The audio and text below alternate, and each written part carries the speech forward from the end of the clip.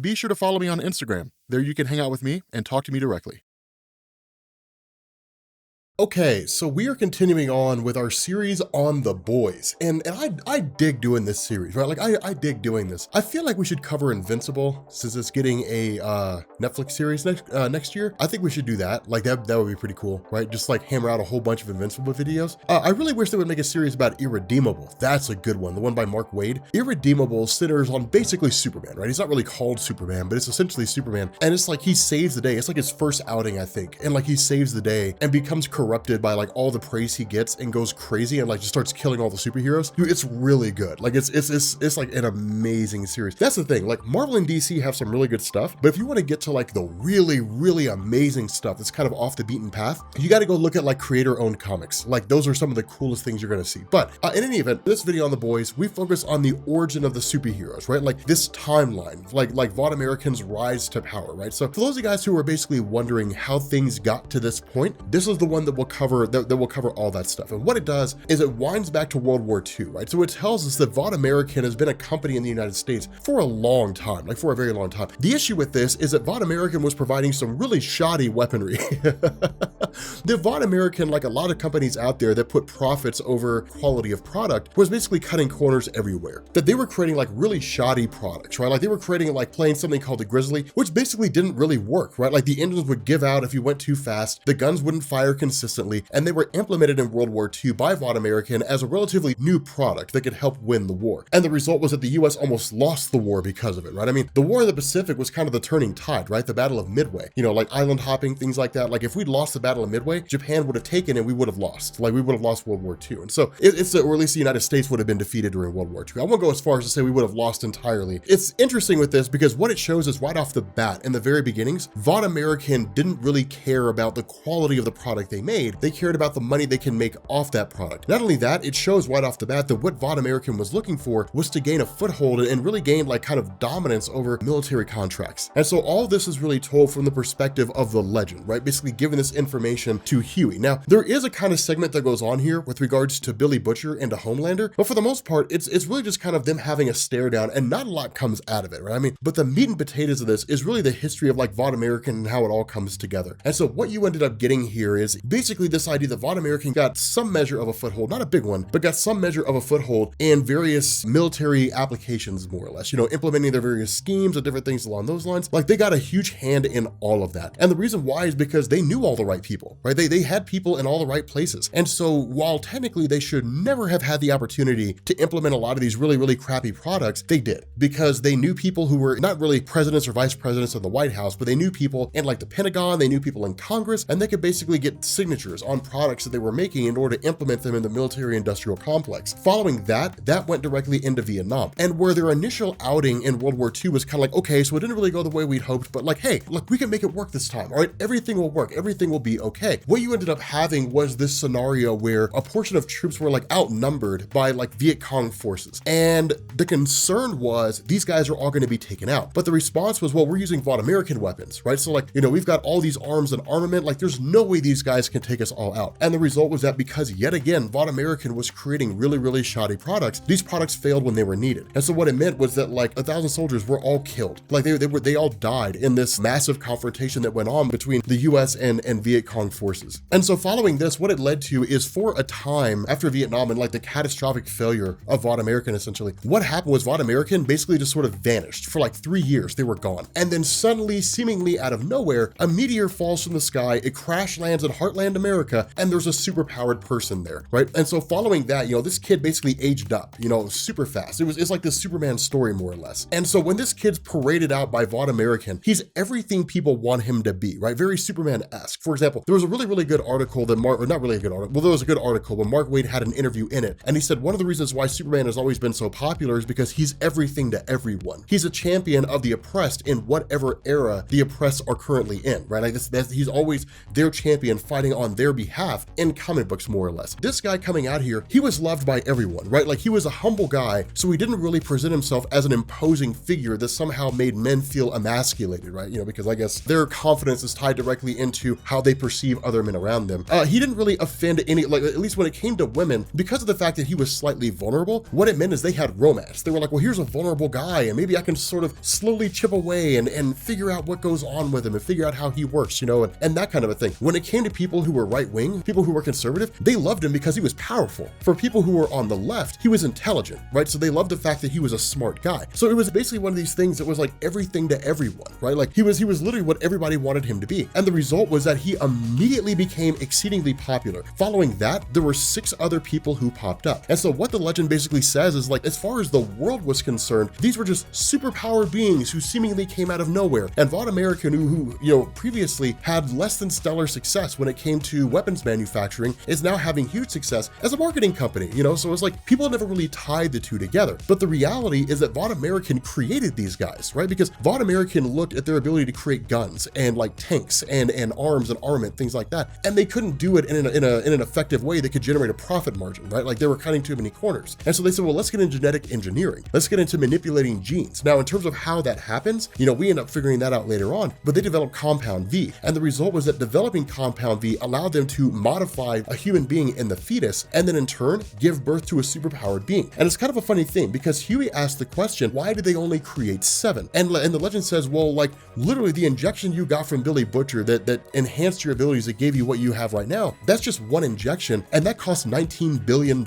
Imagine how much it costs to make one of these guys. And so that kind of makes sense, right? If you're talking about, you know, something that would cost upwards to possibly even like $1 trillion in order to engineer a human being from the time it's a fetus to the time that it's born to develop superpowers, and then to make those superpowers controllable so that it's not just Cyclops, right? Where like Homelander opens his eyes and everything in front of him gets totally eradicated. You know, in order to avoid something like that, you're talking about a massive feat in genetic engineering. It would be almost unfeasible to be able to mass produce that on a huge scale. At the same time, the genius behind that is it allows them to do it in such a way to where the number remains controllable. It's much easier to control 7 superheroes than it is 700 superheroes. And so in response to that came what were basically a handful of different groups, right? You ended up getting groups called the Young Americans, you ended up getting Payback, you ended up getting Teenage Kicks, you ended up getting G-Men, but the 7 were the only ones who really had any major backing of Vought American behind them. The other ones who were there were just the result of experimentation, that kind of a thing, either accidents or something along those lines, but they weren't really bred to be the absolute best. The 7 were bred to be the best, right? The absolute best of what any superhero could be, with Homelander being the best of them, right? So he's the best version of a character. What's kind of cool about this whole thing is you get a guy named Johann Vogelbaum, at least I think is how you pronounce it, and it's very Captain America-esque, right? For those of you guys who are familiar with Captain America's history, Abraham Erskine was a guy who was discovered to basically create a super soldier serum. He was taken from Germany by Nick Fury and the Howling Commandos, brought to the United States, and he became part of Project Rebirth. This basically this same process happens here, insofar that Johann Vogelbaum did not want to create super soldiers for the Germans, and so he was basically brought to the United States and started creating Compound V for Vought American instead. The crazy thing about this is he didn't really know what the intention of Vought American was. For the most part, it seemed like they intended to keep him in the dark. They didn't really seem to, didn't really intend to tell him what the extensive nature of it was. The issue with this is that once Vogelbaum began to realize that the purpose behind Vought American creating superhumans basically was nefarious, insofar that it wasn't really for the purpose of protecting the world so much as like acquiring profit and really for like nefarious means, he ended up basically, off it himself more or less. Didn't really want to be boxed into a corner or anything. But then that gets into the role of the legend himself, and this gets in the role of comic books, and it's the absolute smartest thing that possibly could have been done by Vought American. And the reason why is because in any given particular circumstance, not just the modern day, but over the course of the history of humanity, the nature of people is that people will believe what they want to believe. That people wanted to believe that superheroes were good guys. People wanted to believe that superheroes were there to protect them. And so in order for Vought American to feed the people what they wanted to believe, they created comic books. And the entire basis behind these comic book stories was to basically feed people the narrative they wanted to hear. Now, this is pretty bad. Like it's a really crappy thing to do. And the reason why is because for the most part, the American people can't really be trusted when it comes to things. Like the average person can't really be trusted with things, especially if what they want to believe flies in the face of what's good for them. And so because of that, like if people say like, well, we really want to destroy the country using nuclear bombs, well, that's not beneficial for society. So you can't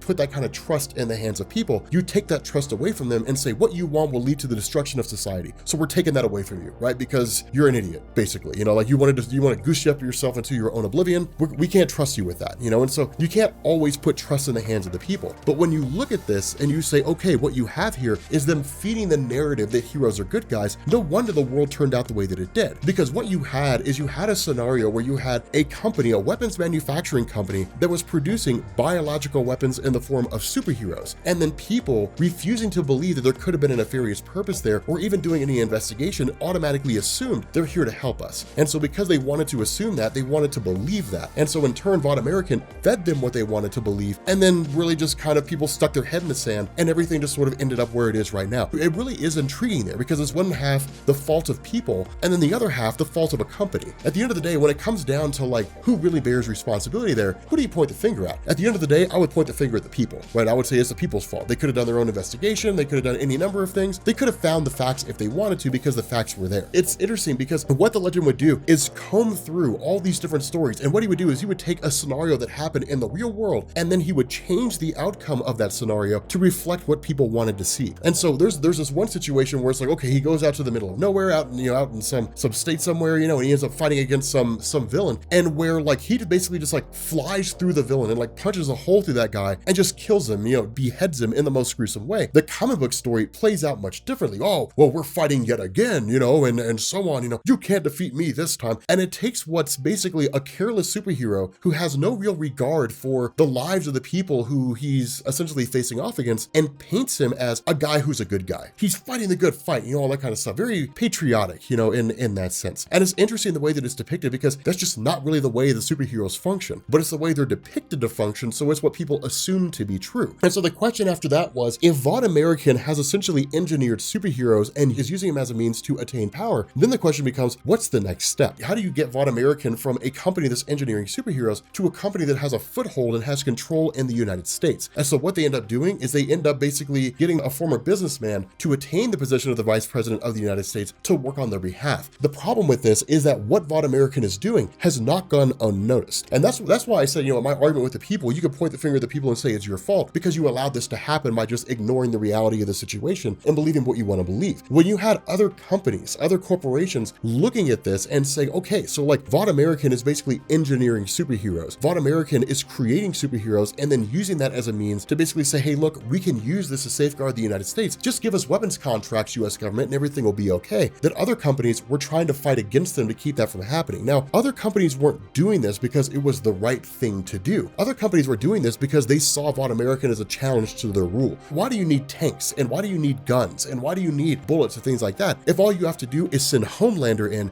and instill such an extreme amount of fear in the enemy that they'll be terrified to attack the United States or any property that belongs to the United States, lest Homelander go in, kill all the soldiers and all their families, right? So you could use that as a weapon against the enemy. You don't need to send in US forces. And so if you're Lockheed Martin and your entire platform is based on the process of like creating missiles or creating this or creating that or something along those lines, or you're Boeing and you create like military craft, military planes that go out and do things. I don't know if Boeing really does that. If you're one of those guys who are weapons manufacturers, you're literally like, okay, so our survival's at risk here. And so fighting for survival, what they did is they ended up getting like the president of the United States elected. Like over this period of time, over this short period of time, because of this mad race to ensure survival in the military industrial complex, companies were dumping money into Congress. It reached a point where like 2/3 of Congress and the president and the vice president were bought and paid for by companies, right? So like America is exceedingly corrupt at this point in time when the story takes place. And so as a result of that, you basically had Vic the Veep, who was working on behalf of Vought American, albeit the guy was an idiot and basically just took orders. Then you have the president of the United States working on behalf of everybody else in the military industrial complex. And that's the reason why, so long as the president is in office, nothing from Vought American will get passed in terms of weapons contracts. And the president won't let it happen. Any bill presented by Congress will basically be vetoed by the president. And where you could look at that and you could say, okay, but like a 2/3 majority vote could overrule the presidential veto. Congress is split, right? I mean, like half belongs to all these companies and half belongs to Vought American, and that's just 2/3 of Congress, not even the other third. There's no real way to ensure a presidential veto is overturned in Congress itself. And so as a result of that, there's this massive moment that comes along, right? Where Vaught Americans kind of in a position where they have the vice president there and they say, okay, fine, then let's use the court of public opinion. Let's use public opinion to force the president's hand, right? Like let's use that as a means to control him, right? Because at the end of the day, Congress exists to ensure its position, right? Like any congressman, congresswoman, or any senator basically serves the purpose of trying to secure a re-election. It's what they do. That's their goal. And so as a result of that, if in the face of public opinion, the public says, if you do not impeach the sitting president, then in turn, we're going to kick you out of office, Congress is going to impeach the sitting president. If they believe there's a credible threat to losing their position, if they don't impeach the president, then they're basically going to be outed. And so in order to try to force the president's hand to either step down or force Congress to impeach him, what they end up doing is crafting public opinion in such a way so that when 9/11 basically goes down in this comic, it doesn't go down exactly the same way it did here in the States. Instead, the way things happen is like, hijackers had taken one of the planes, they were supposed to crash it into one of the towers, jets were sent in to respond and to take these passenger liners down, and then out of nowhere, they were told, stand down, like back down. And so the result of this is that seemingly under the direction of the vice president, which begs the question, what was the president doing? Under the direction of the vice president, you end up having all these fighter jets which stand down and the 7 respond. The issue with this is the 7 had no idea what they were doing. These guys aren't trained. And that's the biggest issue here. They don't go through like hostage rescue training. They don't know how to talk people down. They don't know any of that stuff. They're people who were basically engineered to have superpowers, and then like seemingly overnight, they were elevated to what a lot of people praise as like God status, basically. I mean, that's one of the things that's said here is when Vaught American goes as far as to poll the American people and to say, would you support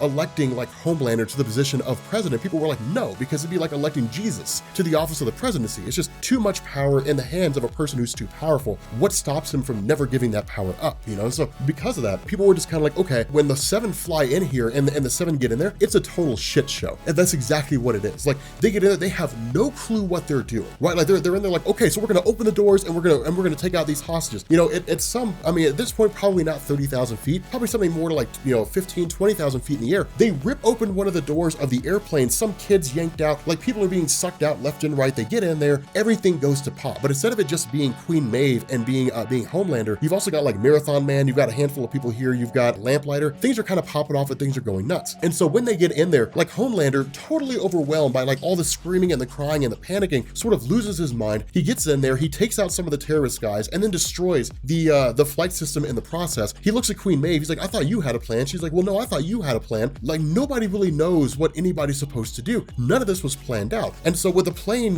essentially in a position to where it's going to go crashing down, the question is like, are you going to save them? And the response is, there's nothing we can do. Like Homelander's just like, forget about it. Like whatever, who cares? It's a total disregard. He's like, whatever, man, let's just go. Like Marathon Man lashes onto him. He's basically a stand-in for the Flash. Marathon Man grabs him and ends up, kind of flying with him. And then it's like, look, dude, the plane's going to hit the city. And so then you end up having like Homelander who flies into the plane, ends up like breaking it in half, and the plane crashes into the Brooklyn Bridge and takes out the Brooklyn Bridge. Marathon Man is killed in the process. And it's just like the whole thing is just a total clusterfuck, because what you ended up having is you had these guys who were totally untrained. They don't know how to handle these things, right? There's a reason why specialized teams are trained in such a way to where they basically go through and they practice routines like this over and over and over again so that when things like this happen, they can respond accordingly. This is like grabbing a handful of cops off the street and then just throwing them into a situation. Of course they're not going to know what to do. Like, of course they're not going to know how to handle it because they haven't been trained for it. And so in the aftermath of this, there were two things that went down. One, you had the American people who were mad that an attack happened on their soil. You had the American people who were asking questions like, how could this attack have happened? And then in turn, you had the American people angry, wanting like somebody to pay for it. The issue with this is that if the American people had learned that one, the government was asleep at the wheel, which led to the attack happening in the first place, and two, that the plane crashing into the Brooklyn Bridge was the result of the 7 screwing up, the American people would have turned on the government and Vaught American. And so as a result of that, working in tandem, what ended up happening is basically a finger was pointed at Pakistan. The government said, well, those are the ones to blame. Let's go get them. And they took the American people's eyes off of them. The American people bought into it, hook, line, and sinker, and basically looked directly at Pakistan and said, let's go get them. And then at the same time, Vaught American used Victory Comics, used their comic book arm as a means to sweep it all under the rug and to say, well, the 7 did everything they could. There's nothing they could have done here. They did their best. By God, they fought the good fight. And that's